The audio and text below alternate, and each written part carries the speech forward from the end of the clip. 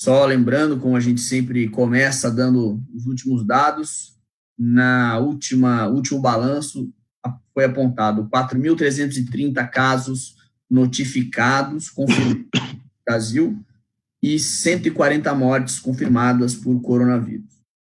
Bom, sobre o nosso tema de hoje, que é a informalidade, segundo estimativas do IBGE, existem no Brasil mais de 38 milhões de trabalhadores informais, eles representam 41%, pouco mais de 41% do total de trabalhadores, e é uma categoria, uma forma de trabalho que vem crescendo muito nos últimos tempos. A gente vai discutir isso aqui hoje com o deputado federal do PT pelo Paraná, Enio Verri, com o André Constantini, que é representante do movimento de favelas, aqui chama-se Favela Não Se Cala, Parem de Nos Matar, e também com a Ana Luísa Matos de Oliveira, economista. Bom, eu começo pedindo que o André faça para a gente um relato sobre a situação no Rio de Janeiro, que a gente já vinha conversando aqui antes da transmissão, comentar, que é realmente preocupante. Não é isso, André? Bom dia.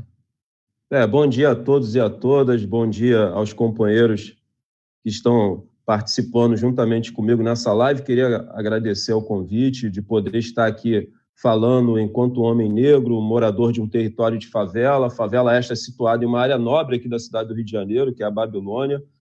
Estou nela nesse momento, participando do programa diretamente da favela da Babilônia, para poder passar para aqueles que nos assistem nesse momento a situação das favelas diante da expansão e da proliferação do coronavírus aqui em todo o estado do Rio de Janeiro. É muito preocupante porque o processo de favelização que se deu no município do Rio de Janeiro e no estado do Rio de Janeiro propiciou que as construções dos territórios de favela propiciassem que esses territórios tornassem territórios com bastante densidade. E aí começa o primeiro problema dos territórios de favelas aqui no estado e no município do Rio de Janeiro.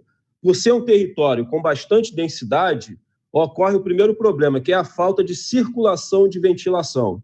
Aí nós temos o segundo problema, que são casas minúsculas, com muitos moradores morando dentro. Às vezes é uma casa de um cômodo com 10, 15 pessoas residindo dentro desse cômodo.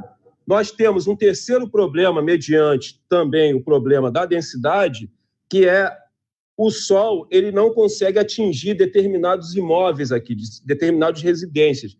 E quando o sol não consegue atingir determinadas casas aqui com o problema da falta de circulação de ventilação, vai acarretar o quê? O problema da umidade. E a umidade vai acarretar o quê? O mofo. E o mofo vai gerar diversos problemas no campo respiratório. Vale a pena lembrar que a favela da Rocinha tem o maior índice de tuberculose de toda a América Latina, não é do Brasil, é de toda a América Latina. Eu estou falando dessas dificuldades porque, com essas dificuldades que nós vivenciamos e dificuldades já recorrentes que a favela vivencia cotidianamente, como a falta do abastecimento de água, nesse momento a SEDAI está cortando o fornecimento de água em algumas favelas. Imagine você, em um momento onde o empresariado brasileiro, os empresários brasileiros não estão tendo responsabilidade social diante da crise e da pandemia do coronavírus. Você vai nas farmácias aqui no Rio de Janeiro, o valor do álcool em gel subiu de forma astronômica. O valor das máscaras, das luvas, do material de higiene, que são materiais essenciais para o combate da expansão e da proliferação do coronavírus, subiram de forma astronômica.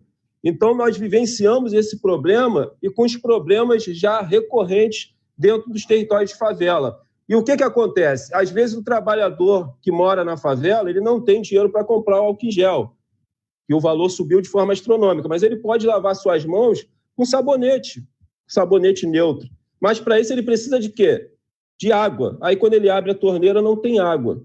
Fora o problema da falta de saneamento básico, que são problemas recorrentes já dos territórios de favela, que vai o quê? Corroborar para a proliferação de forma muito rápida nos territórios de favela. Então, a situação das favelas aqui no estado do Rio de Janeiro e no município do Rio de Janeiro são alarmantes, sim, são preocupantes, e se o governo tanto o governo estadual, municipal e o federal não tomarem medidas emergenciais e priorizando os mais pobres e esses territórios de favela, os territórios e os bairros periféricos, o vírus vai se proliferar de forma muito rápida e muitos moradores de favela vão estar vindo a óbito. Infelizmente, essa é a nossa situação alarmante aqui no estado do Rio de Janeiro. Eu acho que nós, para vencermos essa crise, eu tenho falado muito disso, nós necessitamos de 3 coisas essenciais. Estado forte, que não teremos, enquanto chefe de Estado foi esse vagabundo, miliciano, bandido, sociopata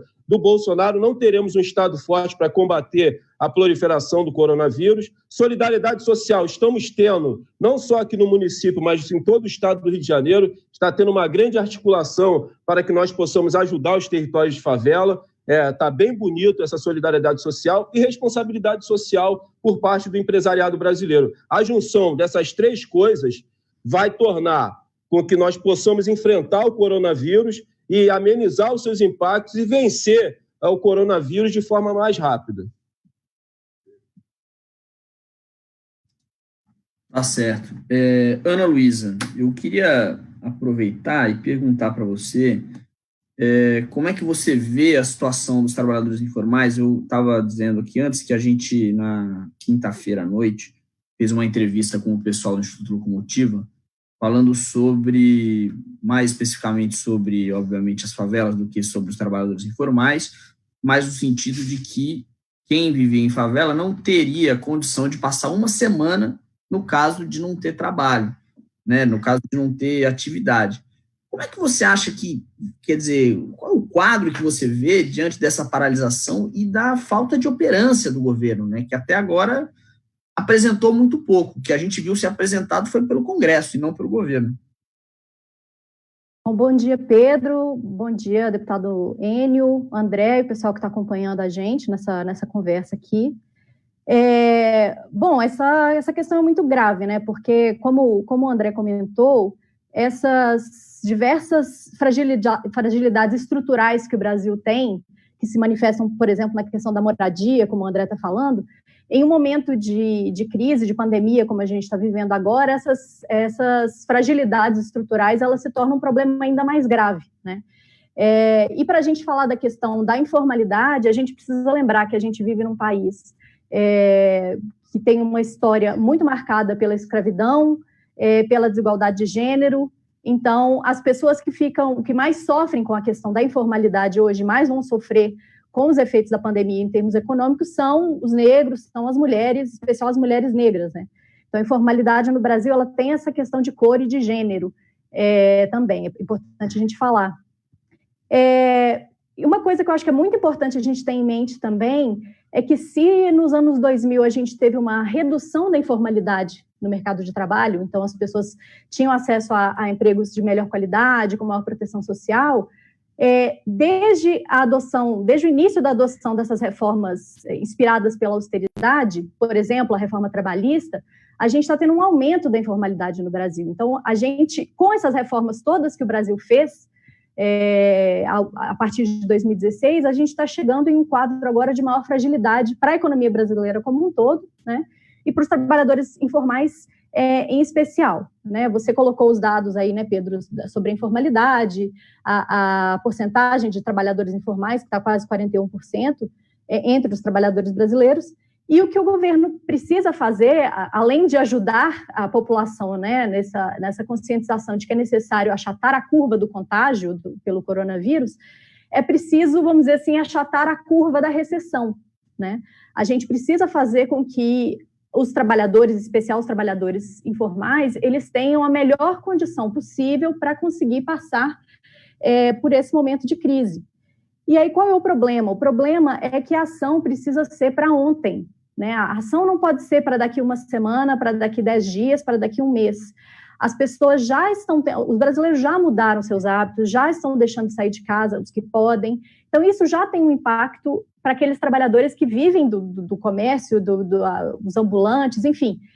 Então, isso já está tendo um impacto, né? Então, a equipe econômica e o governo, quando são estão completamente perdidos, né? Eles não têm experiência com o setor público, são pessoas que vêm do mercado financeiro e respondem ao mercado financeiro também. Quando eles demoram tanto a dar respostas e deixaram isso a cargo, né, o Congresso acabou tomando iniciativa em algum sentido, né, que depois o deputado vai comentar, o governo está deixando essas pessoas na mão, né, porque as pessoas precisam ficar em casa para a gente reduzir esse contágio e para as pessoas não se contaminarem, né, mas elas não podem ficar em casa passando fome, elas não podem ficar em casa sem a mínima condição de se manter e manter as suas famílias, né? Por isso a importância também desse projeto que foi aprovado no Congresso, está em discussão no Senado agora, né? Bom, deputado Enio Verri, o senhor pode comentar para a gente tanto sobre o projeto da renda básica emergencial que veio a partir de uma proposta do Partido dos Trabalhadores e foi adaptado em discussão com os outros partidos, como também sobre essa realidade, né, que o André falou, das comunidades pobres, onde estão muitos dos trabalhadores informais e da dificuldade que essa população está passando sem receber não só o apoio o apoio financeiro do governo, como mesmo um apoio, vamos dizer, emocional, né? Ou ao contrário, o que o Bolsonaro faz é gerar o conflito. Bom dia, Pedro, Ana, André, é um grande prazer estar falando com você e com os nossos internautas, e também aprender muito, né? Você havia colocado, o André está no Rio de Janeiro, a Ana está em Brasília, eu estou no interior do estado do Paraná. Então, é uma troca de conhecimentos e de realidades bastante importante nesse momento tão difícil que estamos vivendo. Eu gostaria de pegar, a partir do que o André e a Ana disseram, que eu achei muito rico, trabalhar no ponto do Estado. Nós, do campo da esquerda, não temos dúvida. O Estado ele tem que ser ampliado e tem que intervir na vida das pessoas. Se deixarmos pelo livre mercado, haverá um processo de concentração de renda e exclusão social gigantesca. A iniciativa privada quer ganhar dinheiro. A questão social é um outro detalhe. Então, os liberais defendem o Estado mínimo. Tem que ser o Estado mínimo, que é a lei da oferta e procura, que deixe que o mercado se autorregula. Só que quando chega a crise, os liberais somem. Esse é o primeiro aspecto a ser entendido. Hoje, você pode pegar o Trump, ou o Boris Johnson na Inglaterra, ou mesmo outros líderes de outros países absolutamente liberais, ultraliberais, colocando o seguinte: na crise não há saída, o Estado tem que intervir. Nós entendemos que na crise, ou no período que não há uma crise tão intensa como essa, o Estado tem que intervir e tem que ser forte a favor da população. Porque o Estado forte ele é. Durante o período do Fernando Henrique Cardoso, muita gente dizia que era um Estado frágil.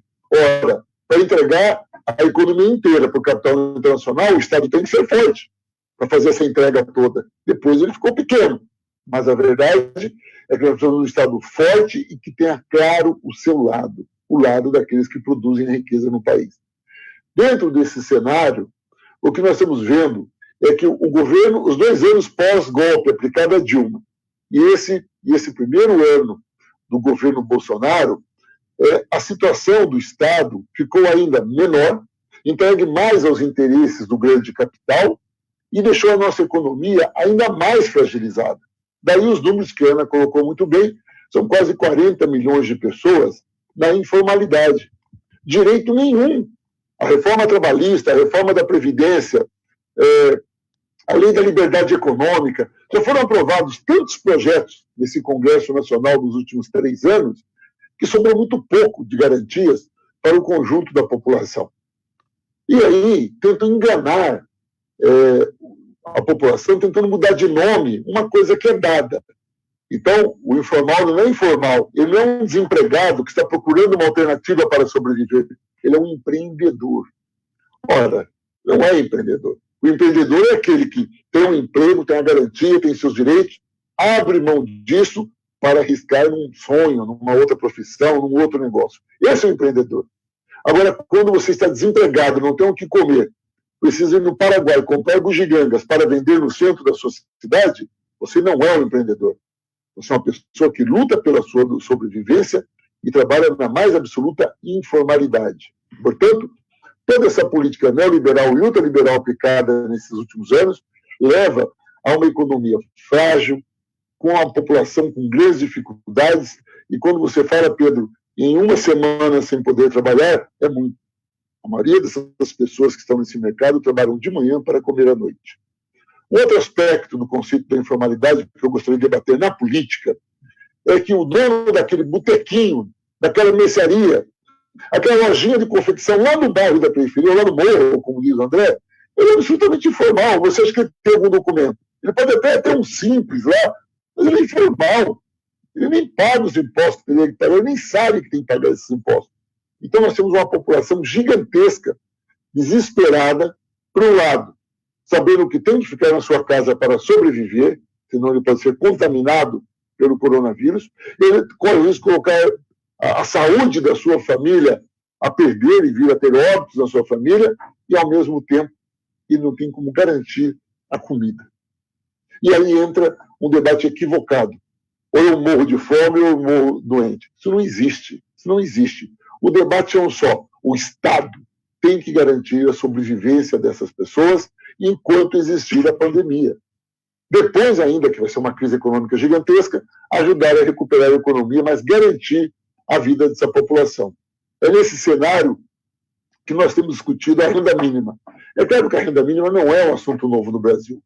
Nós temos como um dos grandes mentores e defensores disso o nosso vereador, ex-senador, ex-deputado Eduardo Matarazzo Suplicy. Eduardo Suplicy sempre defendeu a renda mínima, sempre foi um instrumento de luta dele e de muitos setores da sociedade. Mas agora nós tivemos essa conquista. Ela é o resultado de um projeto que era discutido no PT, mas depois não tornou-se não sendo mais do PT, porque toda a oposição, e quero ressaltar aqui o papel do PCdoB, do PSOL, do PSB, do PDT, do Rede, juntos, construindo esse projeto e, principalmente, negociando com outros partidos.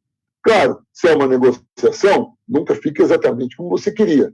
Nós queríamos um salário mínimo para cada cidadão ou cidadã. R$ 1.045, nós esperávamos aí para 100 milhões de pessoas. Acontece que tem setores da base do governo e o próprio governo que ainda está preocupado com o equilíbrio fiscal, está preocupado com como vai pagar isso. Isso nem os economistas da direita mais defendem. Hoje tem que dar o dinheiro.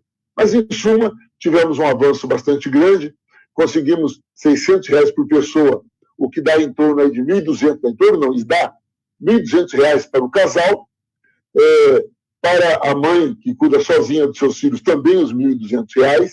Isso acaba atingindo todo o setor informal da economia, o pessoal do Cade Único, da MEI, aqueles que não estão no Cade Único também poderão procurar, vai ser definido ainda, o local para pegar esse recurso. Então, nós vamos ter uma população bastante grande. Infelizmente, até para não me alongar muito nessa primeira questão, os cálculos não vão a tantas pessoas como nós esperávamos. Eu acho que a Ana pode nos ajudar mais nesse debate, mas as informações dos nossos assessores técnicos é que vai ficar em torno de 30 milhões de pessoas atendidas por esse projeto, que será votado hoje, às 16 horas, no Senado, e imediatamente começaremos uma campanha de pressão para o Bolsonaro, para essa semana ainda ele começar a pagar, porque essas pessoas estão com fome. Mas o debate é, se 30 milhões estão atendidas com esse projeto nosso, um projeto da oposição, do campo da esquerda, nós temos ainda muitos projetos por vir para poder fazer o enfrentamento dessa situação que estamos vivendo hoje. Bom, tá certo. Acho que a gente tem vários assuntos aqui para serem discutidos a partir das falas que foram feitas mesmo, como a própria questão da distorção do que é ser um empreendedor, né? E da importância de se garantir direitos ao trabalhador, mas vamos deixar essa questão um pouquinho para depois. Vamos tratar especificamente deste projeto da renda básica emergencial, que foi aprovado na Câmara, vai hoje a votação no Senado, salvo engano, mas acho que é isso mesmo. E eu queria ouvir do André sobre esse projeto. Ele vem, evidente que vai, não exatamente, eu acho que não dá para dizer que ele vai beneficiar, mas que ele vai ajudar as pessoas a sobreviverem nesse período tão cruel. E aí, mas ainda não há uma clareza sobre como é que vai ser o processo do repasse do dinheiro para essas pessoas e, né, quando o governo demora para decidir essas coisas, o tempo fica exíguo e a situação piora. Então, eu queria saber do André como é que ele vê a aplicação, a chegada desse dinheiro, se ele ajuda a resolver a situação e o que ainda fica faltando, quais as lacunas que ficam em aberto. Eu acho importante, companheiros e companheiras, os debatedores, aqueles que nos assistem nesse momento, que estarão assistindo depois, peço que você possa estar compartilhando essa live para que ela possa alcançar o maior número de pessoas possíveis. Acho que é importante nós nos direcionarmos nesse momento para falar com os trabalhadores, tanto aqueles que têm o seu emprego formal, quanto aqueles que estão atuando na informalidade. Não é responsabilidade sua, trabalhador. Não é responsabilidade sua salvar a economia do Brasil nesse momento. Não é responsabilidade sua. É responsabilidade do Estado. Nós necessitamos, nesse momento, de um Estado forte, de um Estado que tome medidas emergenciais, principalmente para os mais pobres, para aqueles que vivem nos territórios de favela, nos bairros periféricos, em barracos de parafita, em barracos de pau-a-pique. É fundamental que nós tenhamos um Estado forte para que ele venha direcionar políticas públicas emergenciais, principalmente para as camadas mais pobres aqui no Brasil nesse momento. Então, não é responsabilidade da classe trabalhadora salvar o Brasil da crise econômica. Essa responsabilidade compete ao Estado. E o Congresso Nacional já antecipou-se de forma emergencial, criando essa medida que é de suma importância, que é a renda básica emergencial. É muito importante nesse momento, que você vai dar um alento para os trabalhadores que vivem na informalidade, para os trabalhadores que encontram-se desempregados. Isso é fundamental nesse momento. Agora, compete ao governo tomar uma outra medida, porque nesse momento, companheiros e companheiras, o governo não deve estar preocupado somente em salvar vidas, mas também salvar a economia. Dá para você fazer as duas coisas juntas. Salvar vidas, mantendo as pessoas em quarentena, não tomando essas atitudes irresponsáveis desse sociopata, bandido, miliciano, do presidente da República, que ontem saiu às ruas em um bairro periférico de Brasília, apertando as mãos das pessoas, ele que está aí com fortes indícios de ter sido infectado com coronavírus, um sociopata, um bandido, que nós temos a responsabilidade moral, ética e política de derrubá-lo do poder. Eu acho que nós estamos aprisionados nesse momento, dentro das nossas casas, nós estamos aqui em quarentena, mas quando acabar a quarentena, quando nós derrotarmos o coronavírus, é responsabilidade moral, ética e política da esquerda brasileira tomar as ruas de todo o Brasil, exigir a cassação da chapa Bolsonaro e Mourão e direta já. Isso é responsabilidade nossa. Não dá, companheiros e companheiras, para esperarmos 2022. Não dá. Já passou. Chegamos a todos os limites. Acabou. Derrubar o governo Bolsonaro é responsabilidade nossa. Nós que somos atores políticos. Então, cabe ao governo, nesse momento, preocupar-se em salvar as vidas, mantendo a quarentena, para que as pessoas não circulem nas ruas, propiciando aí aglomerações e a proliferação do coronavírus, mas também criar um fundo para salvar as pequenas, médias e grandes empresas, para que o caos econômico não venha explodir após nós vencermos aí o coronavírus. Então, nesse momento, o que nós necessitamos é de um Estado forte, um Estado republicano, da República, que cuida das coisas públicas, um Estado democrático. E o liberalismo, junto com o neoliberalismo, vai na contramão disso. Eles querem um Estado mínimo, eles querem a destruição do Estado, eles querem convencer você, trabalhador, que você não precisa e não necessita do Estado, que você não precisa dos direitos garantidos que o Estado garante para você, como educação, cultura, saúde, esse projeto político de poder de destruição do SUS, agora que nós estamos sentindo na pele isso. A PEC de gastos, que é a PEC da morte, tem que ser revogada já também, de forma imediata, já. Tem algumas medidas que nós temos que tomar de forma imediata. Agora, companheiros e companheiras, classe trabalhadora de todo o Brasil, não é responsabilidade sua, porque as milícias virtuais do bolsonarismo estão fazendo uma campanha que é assim, a fome também mata. Aí tem a foto de um senhor negro com a geladeira vazia, incitando os trabalhadores que eles devem retornar aos seus trabalhos para que eles venham poder salvar a economia. Eu acho, companheiros e companheiras, que o coronavírus veio para desnudar a luta de classes no Brasil e no mundo. A carreata da morte que ocorreu em alguns estados aqui do Brasil veio mostrar isso. Empresários que não tiveram nem sequer a coragem de sair dos seus automóveis de luxo, de alto padrão, até porque no card de propagação dessa carreata da morte, eles colocavam lá, vamos nos precaver, não saiam dos seus automóveis. Isso é a luta de classe, companheiros. E ela vai se acirrar, e vai se acirrar de uma forma que as sociedades no mundo, com a crise do capitalismo, com o avanço do neoliberalismo, com essa crise da pandemia do coronavírus, vai ter que escolher qual sociedade vocês querem para viver. A sociedade da desumanização, do lucro a qualquer preço, do individualismo ou uma sociedade humanizada, uma sociedade coletiva, uma sociedade socialista. É por isso que nós estamos aqui, por isso que fazemos parte do melhor e maior partido de toda a América Latina, que construiu um projeto de nação para o Brasil, que foi interrompido em 2016 com o golpe sofrido pela ex-presidenta Dilma. Eu sempre falo isso, você não conserta 500 anos em 13, mas nós tínhamos um projeto principalmente de nação para o Brasil, porque quando nós achamos o pré-sal através do trabalho fantástico da Petrobras, o que a presidenta Dilma fez? Ela assina um decreto que 75% seria destinado para o campo da educação. Esse é projeto de nação, companheiros, porque nenhuma nação no mundo, nenhum país do mundo desenvolveu-se socialmente e economicamente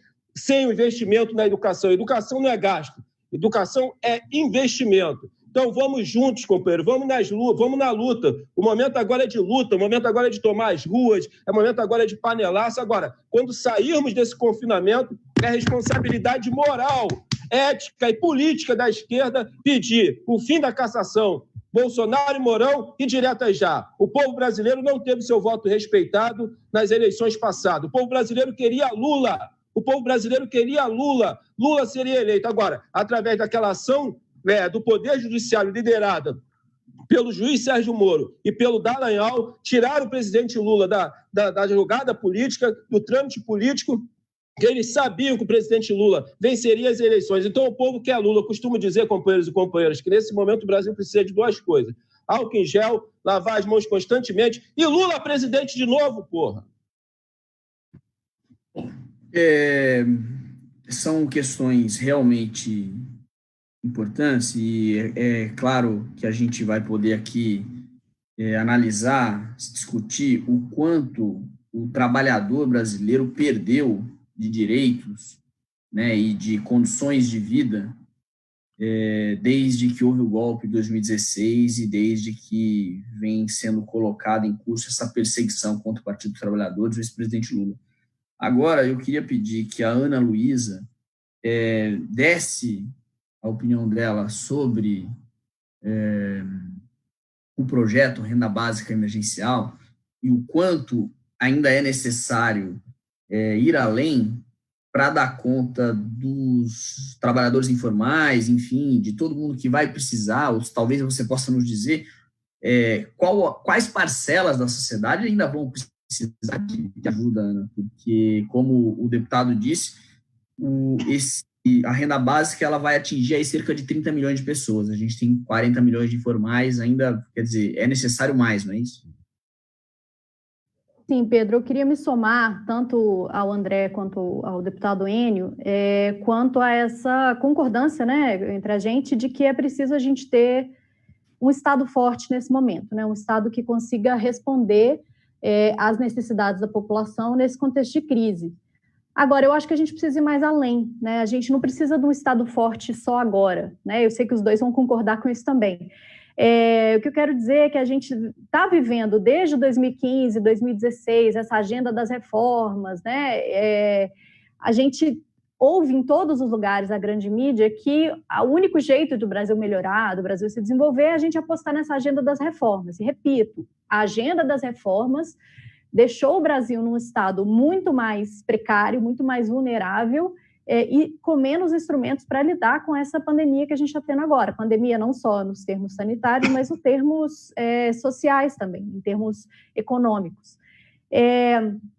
Quanto ao projeto, acho o projeto fantástico, foi uma excelente iniciativa do campo da oposição, que inclusive o presidente Jair Bolsonaro tentou capitalizar e mostrar como se tivesse sido, no fim das contas, né, uma iniciativa do governo, e não foi.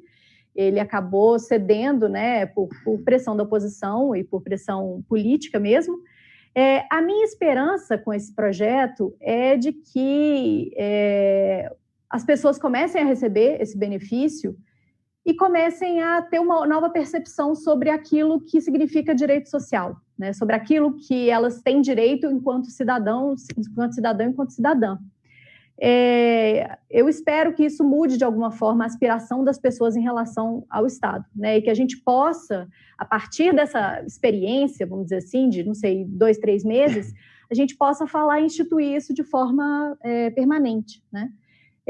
Eu acho que isso é um primeiro passo para a gente ver como a sociedade brasileira vai receber isso, o impacto que isso vai ter nas pessoas, né? Para que a gente possa discutir sobre a possibilidade de manter isso por mais tempo, né? Eu acho que é uma excelente iniciativa, né? A minha dúvida que eu fico quando eu vejo o projeto é que, pelo que eu li, né, eu não sei como é que vai ser a versão que vai ser aprovada pelo Senado, é que as pessoas que são beneficiárias hoje do Bolsa Família poderiam escolher, caso o benefício do Bolsa Família seja menor que o valor dessa renda mínima universal, que na verdade vai ser menor, porque o benefício médio do Bolsa Família é de R$180, mais ou menos, que a pessoa possa escolher se ela quer receber o benefício da renda mínima universal ou continuar recebendo o Bolsa Família durante esse período, né? O meu medo é o seguinte: a gente está em um governo agora que tem uma fila de milhões de pessoas no Bolsa Família. O meu medo é que essas pessoas saiam temporariamente do Bolsa Família, né, e que elas tenham dificuldade para voltar, para depois continuar a receber esse benefício. Esse é meu único medo, né, em relação ao projeto. Mas é um projeto muito positivo, né, que vai chegar a grande parte dos trabalhadores informais aí, porque é importante a gente falar também que os trabalhadores, as pessoas que são beneficiárias do Bolsa Família, em sua grande maioria são pessoas que são trabalhadoras informais, são trabalhadores e trabalhadoras informais. São pessoas que vivem de bicos, enfim, e cuja renda não chega a poder sustentá-las de forma digna, né? Então, por isso, essa complementação com o programa Bolsa Família. Então, é uma ajuda muito boa, né? Porém, a gente precisa fazer ainda mais, né? A gente vê a experiência internacional, o que outros países estão fazendo. A gente está vendo países como, se não me engano, a Guatemala, que suspendeu o pagamento de energia elétrica e água durante 2 ou 3 meses. A gente está vendo países como a Inglaterra, que vão subsidiar não, o governo vai assumir, vai estatizar a folha de pagamento de diversas empresas, né? Então, o governo vai arcar com 80% do salário dos trabalhadores, a empresa vai arcar com, se não me engano, 10%, e o trabalhador vai ter uma redução de 10% do seu salário, aquele trabalhador que vai ser forçado a ficar em casa, não vai poder trabalhar por estar em casa.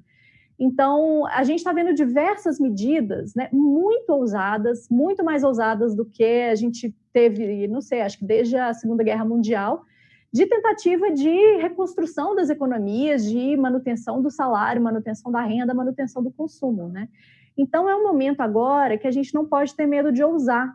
É um momento em que todos os países estão ousando, né? Sejam os países grandes, como os Estados Unidos, a Alemanha, o Reino Unido, os países pequenos, como o caso que eu citei agora, nossa vizinha Argentina também, o Chile. Então, a gente tem países mais parecidos com o nosso que também estão ousando, né? E a gente precisa aproveitar esse momento também, que é um momento que o FMI, o Banco Mundial, que são instituições que sempre defenderam reformas voltadas para a austeridade, né? Reformas como essas que a gente vem aplicando no Brasil desde 2015, 2016, na verdade, né?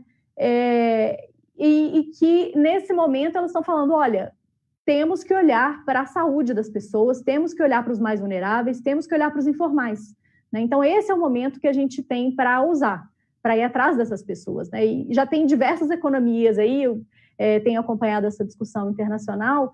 Por exemplo, na Inglaterra, eles estão com muita dificuldade de como vão apoiar os trabalhadores informais lá, né? Se a Inglaterra está com dificuldade, que tem, se não me engano, uns 15% da força de trabalho deles são trabalhadores informais, imagina a gente, que tem 40%, né, 41%.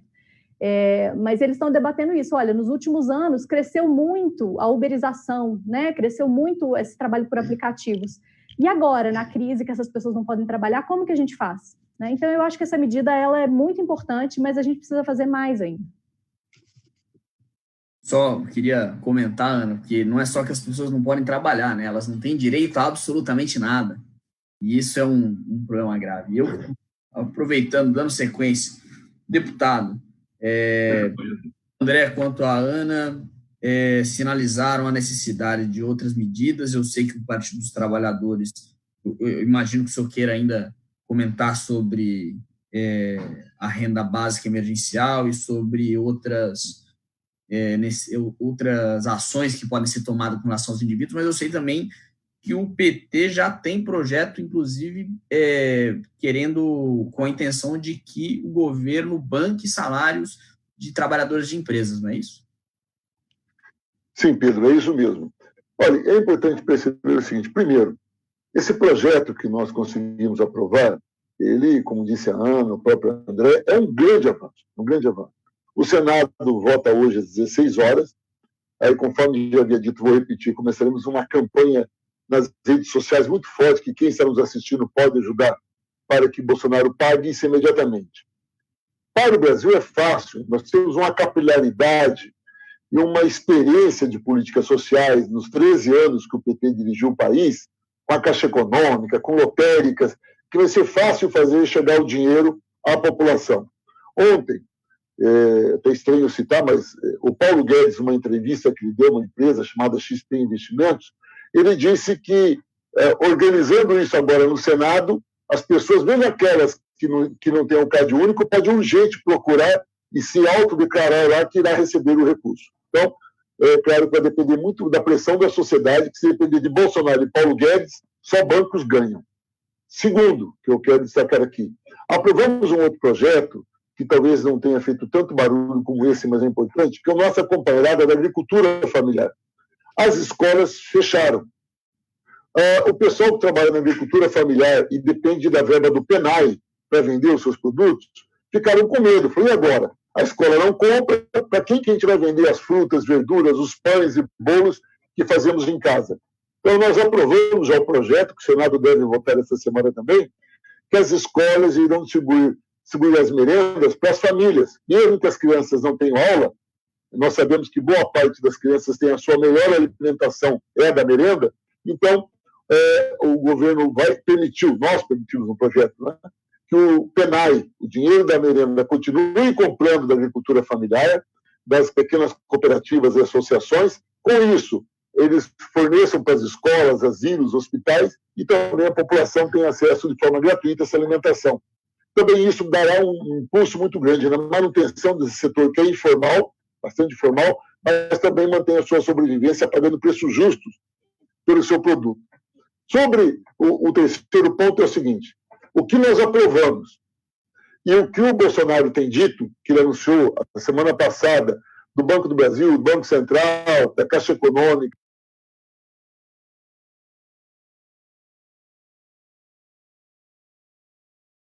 por favor.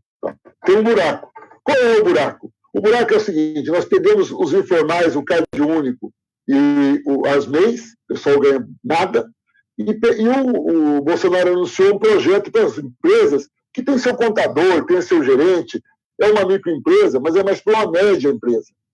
Tem um buraco gigantesco, que é daquelas empresas que estão no simples, muito pequenas, que não entendem nada disso. Então, nós estamos construindo um projeto agora, que é o passo dessa semana. Inclusive, quem está na coordenação desse projeto sou eu, como líder da bancada do PT, o André Figueiredo, que é o líder da bancada do PDT, e o Molon, que é o líder da bancada do PSB. Estamos montando o projeto para apresentar hoje, na reunião das 16 horas da oposição, um projeto que possa atender essa população. E aí, é o que você já disse, suspensão de tributos para essas empresas, pelo menos por 3, 4 meses. É preciso garantir a folha de pagamento. O governo falou em antecipar o salário-desemprego. Mas olha só, o cara está trabalhando, suspende o contrato, recebe o salário-desemprego. Acaba a pandemia, a empresa demite esse trabalhador. Se antecipou, ele não vai receber depois quando estiver desempregado? Então, nós estamos criando um projeto onde o Estado brasileiro garante o pagamento desses trabalhadores, dessas microempresas, médias empresas que não têm caixa, para que eles possam sobreviver até a terminada pandemia. Na Inglaterra, estão garantindo 80% já da folha de pagamento, os Estados Unidos também estão garantindo o pagamento dos trabalhadores, e aqui é possível. Eu quero destacar aos ouvintes que um país pelo outro está gastando de 10% a 15% do seu PIB na segurança da vida da população durante a pandemia. O nosso aqui não chegou a 3% do que foi anunciado pelo governo do nosso PIB, e o que é pior, fala-se muito, mas não está chegando nada na mesa da população. Então, nós temos aí a garantia agora de manutenção do emprego e estabilidade e a sobrevivência das micros, pequenas e médias empresas, que é o primeiro ponto que é fundamental. Depois temos que trabalhar com alguns pontos da agricultura familiar, do pequeno produtor, que tem algumas dificuldades, e garantindo já algumas coisas que os estados, enquanto entes subnacionais, já estão fazendo. Nós temos que transformar numa lei federal, que é a suspensão do pagamento de água, de luz e de gás. É preciso suspender o pagamento por esses 3 meses, porque é o seguinte, o aluguel, o cidadão já não vai conseguir pagar mesmo. Se o governo puder pagar aluguel, a gente vai colocar um projeto, esperamos que dê acordo. Mas se o Estado não pagar o aluguel, o cidadão não vai pagar aluguel por 3 meses. Mas pelo menos se não pagar água, não pagar luz, e ele tiver R$ 1.200 por mês, ele já garante a sua sobrevivência.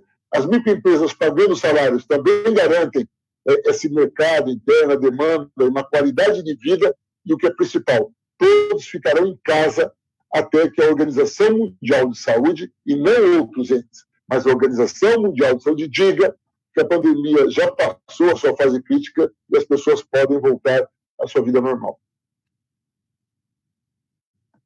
Tá certo. Realmente é fundamental que sejam colocadas essas agendas, mas agora eu acho que a gente pode passar por uma outra questão, que é propriamente a postura do governo federal, especificamente do presidente, né, que a gente tem visto que ele está entrando em confronto ele entrou em confronto com governadores, entrou em confronto com o legislativo e agora entrando em confronto até com o próprio ministro da Saúde. Eu queria saber do André como é que isso reverbera por aí quando a República decide simplesmente ir à rua e abandonar o isolamento social. Bem, eu queria só reiterar aqui o que já foi enfatizado aqui por mim e pelos companheiros que estão participando da live, que é papel do Estado e não da classe trabalhadora salvar o Brasil da classe econômica. É papel do Estado salvar vidas e salvar a economia. Já foram feitas aqui diversas propostas, o Partido dos Trabalhadores está encaminhando outras propostas. Então, que fique bem claro isso aqui, que fique bem enfatizado que o Estado brasileiro ele tem que ser o responsável de salvar vidas, a preocupação com as vidas, e salvar juntamente também a economia. Olha, uma coisa tem ocorrido de bom, companheiros e companheiras. Eu nunca vi, em todo o processo de bateção de panela, dos panelaços que ocorreram na época da ex-presidenta Dilma, a favela da Babilônia de Chapéu Mangueira bateu uma panela sequer. Mas nesses últimos 7 dias, a favela da Babilônia de Chapéu Mangueira tem batido panelas constantemente. E não só a favela da Babilônia de Chapéu Mangueira. Eu recebi vídeos da favela do Vidigal, do Alemão, da Rocinha, Santa Marta e outras favelas. Então, o povo ele está acordando. Isso a gente tem um terreno muito fértil para trabalhar nesse momento. Sabe? É no momento de crise, é no momento de dificuldade que o terreno fica fértil, a terra fica fértil. Então, é o momento de nós trabalharmos. Estamos um pouco impossibilitados de ir para o campo, mas podemos trabalhar de forma virtual, atuar de forma virtual e continuar com os panelaços, fomentando o panelaço. Porque, companheiros e companheiras, não dá para esperar 2022. Por favor, o partido do qual faço parte, com muito orgulho, que eu dependo, não dá. Não dá para esperar 2022, é um erro estratégico que nós podemos pagar um preço gravíssimo futuramente. A responsabilidade de todos nós, é hora das nossas lideranças sabe? Colocarem a cara, é hora das nossas lideranças estarem à frente desse processo para que nós venhamos exigir o fim da cassação da chapa Mourão e Bolsonaro. Bolsonaro e Mourão, e diretas já. É um presidente miliciano, é um bandido, é um sociopata, é um genocida. Não dá para esperar mais. Não dá para nós esperarmos mais. Esperar mais o quê? Esperar mais o quê, companheiros e companheiras? Esperar mais o quê? Então, acho que nesse momento de crise, nós devemos rever também alguns posicionamentos nossos do campo da esquerda. Sabe, é fundamental nós voltarmos aqui com os trabalhos de base, voltarmos a ter uma interlocução mais aproximada com os territórios de favela, com os bairros periféricos, que são praticamente controlados pelas igrejas neopentecostais, que atuam dentro do campo social, que é dando esperança para essas pessoas. É isso que nós precisamos fazer nesse momento, voltar para as bases, criar um projeto com toda a esquerda em um programa para apresentar para o povo brasileiro, para que o povo brasileiro venha entender e compreender o nosso programa e venha defender esse programa. Companheiros, eu sempre falo isso. Um dos grandes erros do nosso partido foi achar que com as nossas políticas de inclusão social e de distribuição de renda, ninguém fez mais pelo povo pobre no Brasil do que o nosso partido nos 13 anos que esteve no poder, mas nós abandonamos de lado o trabalho político, de elevação de consciência política do povo brasileiro. Essas coisas têm que caminhar juntas.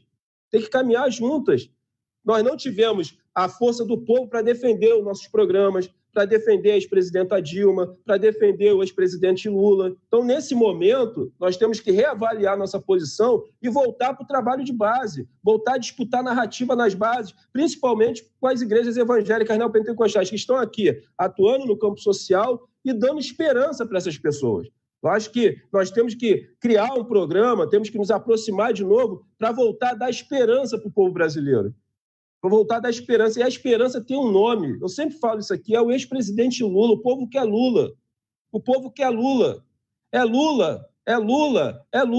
Entendeu? Então, acho que a gente tem que se organizar quando essa quarentena acabar, quando essa prisão domiciliar forçada por causa do coronavírus acabar, tomarmos as ruas de todo o Brasil. Com as nossas lideranças expoentes, aí, os nossos atores políticos, liderando esse processo para exigirmos o fim da chapa Bolsonaro e Mourão e diretas já. Mas a situação está tão crítica, eu sou contrário ao impeachment, a situação está tão crítica que até o impeachment nesse momento eu aceito. Mas o nosso posicionamento, da nossa corrente dentro do partido, que é a Avante, é esse, é o fim da chapa Mourão, Bolsonaro e diretas já. O voto do povo brasileiro não foi respeitado. O povo queria Lula. Lula seria eleito presidente da República e eu tenho certeza que nós estaremos enfrentando essa crise de outra forma, porque não dá para um chefe de Estado ter a postura diante de uma pandemia mundial que está aí ceifando milhares de vidas. Ele saiu ontem às ruas, contrariando a Organização Social Mundial de Saúde, apertando a mão das pessoas, cumprimentando as pessoas. Não dá mais, companheiros e companheiras. Não dá mais. Nós precisamos assumir a nossa responsabilidade quanto campo de esquerda progressista, derrubar o governo Bolsonaro e exigir diretas já. O povo quer Lula. É Lula de novo. Bom, eu queria pedir também, Ana Luísa, por favor, se puder comentar como é que fica o equilíbrio econômico do país diante da postura do Jair Bolsonaro. Quer dizer, a gente vive um momento em que governadores vão para um lado, o parlamento vai para um lado, o próprio ministro da Saúde vai para um lado e o presidente faz outra coisa. Isso ajuda, contribui para piorar o risco da economia brasileira sofrer mais ainda? Pedro, com certeza a condução desse processo, ou não condução desse processo pelo Jair Bolsonaro, ajuda a atrapalhar os efeitos da coronacrise, né, como algumas pessoas estão chamando, na economia, né? A gente tem um presidente que está muito mais preocupado em brigar com os governadores ou brigar com Drauzio Varela, em ficar fazendo propaganda de remédios que, se usados de forma errônea, podem causar graves danos, né, para as pessoas. O governo que volta atrás o tempo inteiro, então é inconstante, né? Então a gente está em uma situação em que o presidente Jair Bolsonaro não tem a mínima condição de liderar o Brasil nesse processo, né? E não é que ele se tornou uma pessoa sem condição, ele sempre foi um cara que defendeu ditadura, que defendeu torturadores, defendeu a tortura em si, enfim, machista, racista e tudo mais que a gente já sabe, né? Ele só está revelando aquilo que ele sempre foi, né? Um cara completamente desequilibrado e que não tem condições de estar ocupando o cargo que ele está ocupando agora, né?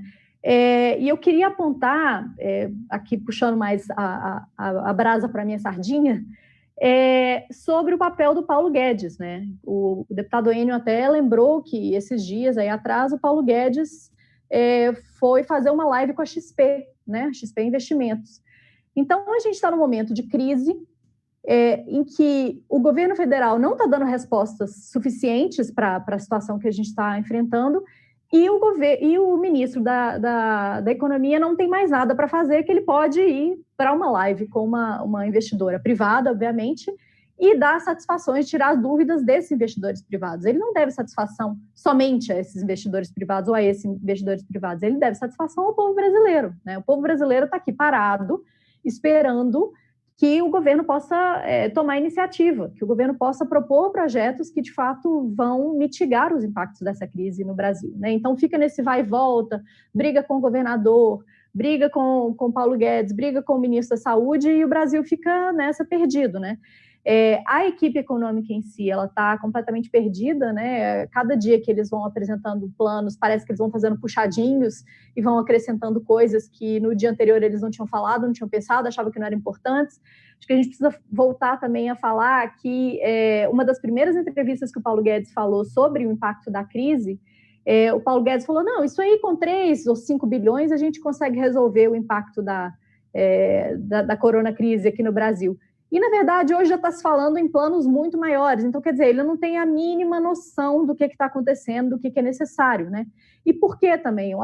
Eu vejo também a equipe econômica numa grande angústia, porque eles estão vendo que eles vão ser forçados a atuar contra os paradigmas nos quais eles foram criados, vamos dizer assim, os paradigmas econômicos da austeridade, lá da escola de Chicago, os paradigmas também, diga-se de passagem, que o Paulo Guedes ajudou a aplicar lá no Chile do Pinochet, né, na época da ditadura, que o Paulo Guedes foi parte dessa equipe econômica também. E é isso, é uma equipe que faz improvisos, que é lenta, né? Como eu falei, as ajudas, as ações do governo tem que ser para ontem, não tem que ser para daqui uma semana, 10 dias, para daqui um mês, tem que ser para ontem, porque as pessoas já estão precisando disso agora, né?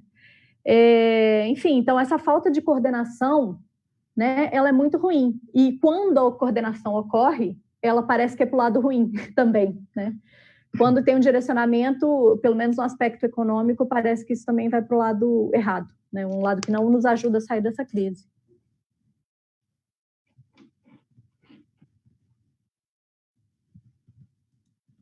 Deputado Enio Verri, o senhor tem a palavra, eu gostaria que o senhor comentasse sobre essa postura desafiadora, geradora de conflito, quanto isso prejudica o Brasil, qual que é a avaliação do senhor?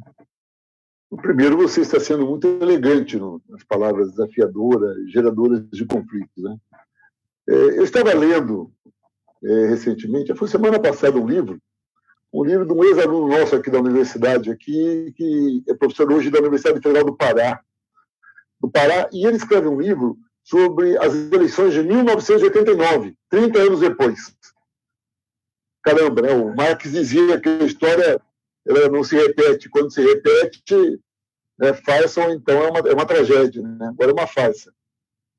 E isso que está acontecendo, né? Você olha o que está acontecendo. Primeiro, o Bolsonaro não era o candidato da elite. Ele tornou-se o candidato que tinha condições de enfrentar o PT e tirar a esquerda. Por isso, ele teve o apoio que teve. E ele teve um discurso, que era o discurso da segurança, o discurso da antipolítica, a discurso do anti-establishment, que, na verdade, era o discurso do Collor. Um cara sem partido, é uma pessoa que não tem uma visão nenhuma de gestão pública e não tem compromisso nenhum com a população ou com nenhum tipo de projeto. Eu diria que burro ele não é, ele ganhou as eleições, mas louco ele pode ser. Eu acredito que Bolsonaro está às portas da insanidade, porque só a insanidade para fazer o que ele está fazendo. Primeiro, essa indas e vindas de posições como ele. Ele acata o Mandetta numa reunião, no dia seguinte, pela manhã, ele vai numa área comercial de Brasília cumprimentar as pessoas. Isso é um crime. Esse é um crime que ele está fazendo. Outra, não tem expectativa nenhuma de que ele possa criar estofo para dirigir o país nesta crise, como também não acredito que ele terá condições de tocar o país pós-crise. Agora ainda, os setores da elite ainda, não, deixa, porque se morrer é pobre. Né? E aí o André, as suas intervenções foram muito nítidas nisso, né? Porque quem vai morrer mais é pobre mesmo. Então, ou seja, a elite não está tão preocupada dessa maneira como alguns empresários já se manifestaram publicamente. Só que quando acabar esse período da pandemia e a economia terá que recuperar-se, precisará de novo de um Estado forte para fazer essa economia recuperar-se. E ele não tem a mínima condição. E Guedes também não, porque Guedes está absolutamente desacreditado. Agora, é importante perceber que o que o Bolsonaro tem feito, ele tem feito de forma planejada. Porque ao mesmo tempo que ele perde setores que o apoiaram, setor empresarial, um setor de maior conhecimento científico, de maior conhecimento, tem maior escolaridade, podemos dizer assim, com esse lance de morrer de fome ao trabalhar, de que tem que voltar para o emprego, isso é importante, ele pega setores da nossa base social, setores da esquerda, da base do Lula, da Dilma, do PT, que fala, olha, eu preciso trabalhar. Então ele está fazendo um processo de cálculo, onde ele avalia onde ele perde com essas loucuras dele, mas onde ele nos tira também com essa loucura. Nesse sentido, tem alguns movimentos que vale a pena serem salientados. Primeiro, a importância de que ele é o presidente, ele tem a caneta, exigir que ele honre os projetos aprovados no Congresso Nacional e o que ele tem anunciado. 2, que a gente avance ainda mais com mais projetos preocupados com a população e, em especial, com aqueles que produzem a riqueza em nosso país. Esse é um outro aspecto fundamental e continuar cobrando. Concomitante a isso, temos que fazê-los sangrar. Ninguém disse isso antes que comece aquela briga típica do nosso partido, nenhum dos dois meus colegas debatedores disseram isso. Mas nós temos que enfraquecê-lo ao máximo agora, porque ao passar esse processo da pandemia, ele estará muito enfraquecido e, se tivermos competência, nós podemos dar um processo de afastamento. Como vai ser esse afastamento? Vamos ter que discutir. Vamos discutir. Não será o PD que vai pedir impeachment, até porque, vamos dizer que é dor de cotovelo, que é porque o nosso candidato perdeu, mas muitos setores querem isso, e nós podemos estar junto com esses setores para pensar. Agora, estou convencido que Bolsonaro não termina esse mandato, ou por afastamento por insanidade, ou por incompetência e renúncia. Artigo daquela jornalista do Valor Econômico, sobre a renúncia deles que fizesse um acordo para não prender seus filhos. Ora, no jornal Valor Econômico saiu um artigo como aquele, ou me parece que foi no Washington Post desse final de semana, saiu um outro artigo também. A pessoa pode falar, mas a jornalista que escreveu no Washington Post foi aquela que assinou, junto com parlamentares do PSOL, o impeachment. Não tem importância, mas o Washington Post abriu debate para isso. Isso mostra que o mundo está nos olhando e setores da elite também estão olhando, que com o Bolsonaro vai ser muito difícil continuar a direção do país nesse momento de crise e uma crise agora que é sanitária e econômica de proteção social. São 3. Lá na frente, com uma crise gigantesca econômica, aí é que não dará conta. Por fim, nós aprovamos o projeto de calamidade. Não tem mais emenda constitucional 95, não tem mais regra de ouro, não tem lei de responsabilidade fiscal, porque nós tiramos um artigo número 65 da lei de responsabilidade, que permite o governo ir na maquininha, fazer dinheiro e fazer. Ou seja, a nossa parte do pagamento nós já fizemos. Não tem que se preocupar com o equilíbrio fiscal, tem que gastar dinheiro. No mundo é assim e aqui não pode ser diferente. O governo federal fez uma consulta ao Supremo Tribunal Federal no final de semana. O Supremo Tribunal Federal, através do ministro Alexandre de Moraes, já respondeu também dizendo o seguinte: não tem que cumprir regra nenhuma. Se está em estado de calamidade, o país, o Estado ou o município que entraram com o estado de calamidade não tem que se preocupar com regra orçamentária, tem que garantir a vida das pessoas. Esse sim deve ser um movimento de manifestação nas redes sociais, ao bater das panelas, e principalmente tem que ser um movimento que nós temos que fazer no parlamento. Eu e o deputado Paulo Pimenta entramos com uma denúncia contra o Bolsonaro na Comissão de Direitos Humanos da ONU, esse final de semana. Nós também entramos no Ministério Público Federal, no Supremo Tribunal Federal. Aí não foi só eu e o Paulo Pimenta, mas a bancada, junto com a presidenta Gleice, junto com o José Guimarães, que é o líder da minoria, todos os partidos trabalhadores, também denunciando. A verdade é que agora haverá um movimento muito grande da oposição, mas também de setores organizados da sociedade, trabalhando muito em cobrar do Bolsonaro uma postura séria de presidente da República, ou, caso ele não cumpra, se cumpra a lei, que ele seja afastado e alguém que tenha competência para fazer, assim o faça. Esse é o debate que nós temos hoje, mas nós não temos dúvida. A cada dia ele pede mais apoio de setores que têm mais escolaridade, que têm mais preocupação com a vida. E, infelizmente, ele também tira base dos nossos setores, por isso temos que estar muito preocupados, conversando muito com o nosso povo, discutindo muito, como o André muito bem está fazendo, mostrando para a população que a crise não é nossa, que nós temos que manter a nossa vida, temos qualidade de vida e, imediatamente, começar o processo de enfraquecimento do Bolsonaro, esperando o seu afastamento o mais breve possível. Bom, tá certo, a gente vai se aproximando do final do programa. Antes de encerrar, eu vou pedir que cada um de vocês faça um pequeno encerramento, enfim, curto, para que a gente possa falar logo. Coisa de 1 minuto, por favor. Mas eu vou pedir, por favor, que o André comece. Bem, companheiros e companheiras, vocês que estão nos assistindo nesse momento, quero me direcionar à militância do Partido dos Trabalhadores, à direção do Partido dos Trabalhadores, o maior partido da América Latina, o partido que criou o maior e melhor projeto de nação para o país, que foi interrompido com o golpe em 2016. Nós temos que ser duros nesse momento. Não dá para as pessoas do campo da esquerda progressista falarem assim: não vamos falar de impeachment, André, porque nós já vamos estar enfraquecendo a nossa já enfraquecida democracia. Que democracia, companheiros e companheiras? A democracia que deu um golpe na presidenta Dilma? A democracia onde o Poder Judiciário fez uma manobra lideradas pelo Dallagnol e o ex-juiz Sérgio Moro, esse bandido, esse canalha, para tirar o ex-presidente Lula da disputa eleitoral? Que democracia é essa? Que democracia é essa que vocês estão preocupados em enfraquecer? Nós não estamos vivendo um momento de normalidade e o nosso partido tem uma responsabilidade. Nós não podemos, com a grandeza que temos, direcionar nossa luta somente às urnas de 4 em 4 anos. Nós temos a responsabilidade de voltar a disputar a consciência política do povo brasileiro.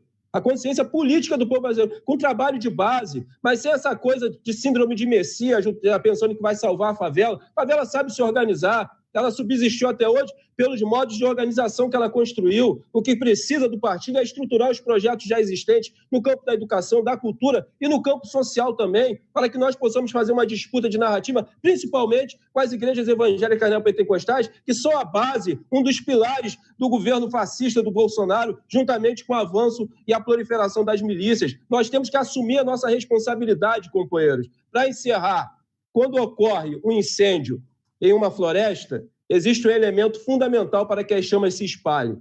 Se chama o elemento vento. Que nós sejamos esse vento que espalhe as chamas da revolta para que o povo venha tomar as ruas após nós sairmos desse exílio forçado mediante o coronavírus e derrubar o governo Bolsonaro. Exigir o fim da chapa, a cassação da chapa Mourão e Bolsonaro e direta já. O povo quer Lula, o povo precisa do Lula e o povo precisa do Partido dos Trabalhadores. Viva o Brasil! Viva o PT, justiça para Marielle e Lula inocente, porra. Obrigado, André. Ana. Bom, eu queria agradecer pela oportunidade de estar aqui com vocês, debatendo esse tema tão importante, e queria falar que, como o deputado Daniel Verri falou, o arcabouço está dado para a gente poder usar nessa crise, para a gente poder ir além, para a gente poder fazer mais, como outros países estão fazendo. é o momento, né, da gente fazer isso.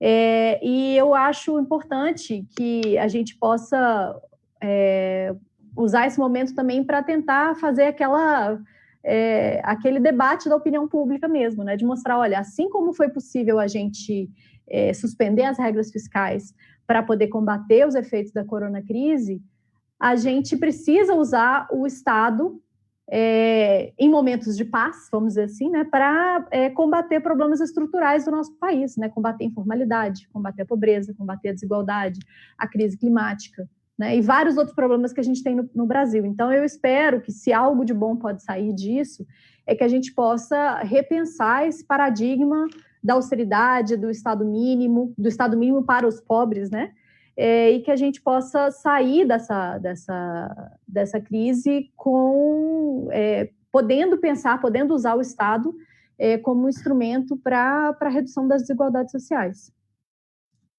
Isso. Obrigado, Ana. Deputado, por favor. Eu quero dizer que foi uma experiência muito rica, né? Ouvir o André, ouvir a Ana, essa troca de conhecimentos, isso nos ajuda muito, principalmente para a gente que está no parlamento. Quanto mais a gente ouve, menos nós erramos. Por isso é muito importante. A você, Pedro, muito obrigado também pela oportunidade. E dizer que o desafio nosso agora é continuar esse grande debate. A iniciativa do NAP, né, que é o Núcleo de Apoio às Políticas Públicas do Partido dos Trabalhadores, no nosso caso em especial da área de saúde e da economia, nesse momento, mas nós temos também o agrário, da educação, que trabalham muito bem, é fundamental. Dali tem saído bons debates, tem saído bons projetos, e são esses projetos que nos permitem socializá-los com os outros partidos de oposição, construir síntese, claro que não passa o que a gente quer, passa aquilo que é possível construir num projeto de construção coletiva, e depois tem um outro desafio, porque uma coisa é você negociar com um coletivo de esquerda e de centro-esquerda, outra coisa é você negociar depois com um conjunto do parlamento. Mas eu diria que o saldo tem sido muito positivo. Por isso, o nosso partido, o Partido dos Trabalhadores, tem mantido o seu papel de vanguarda nesses seus 40 anos.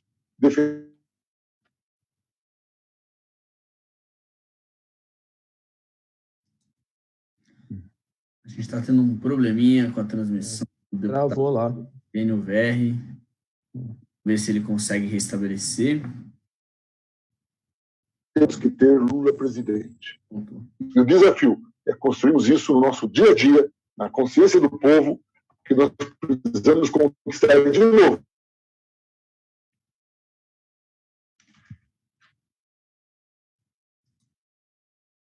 Bom, eu peço licença ao deputado Enio Verri, acho que ele não vai conseguir concluir a fala. Deputado, o senhor me ouve?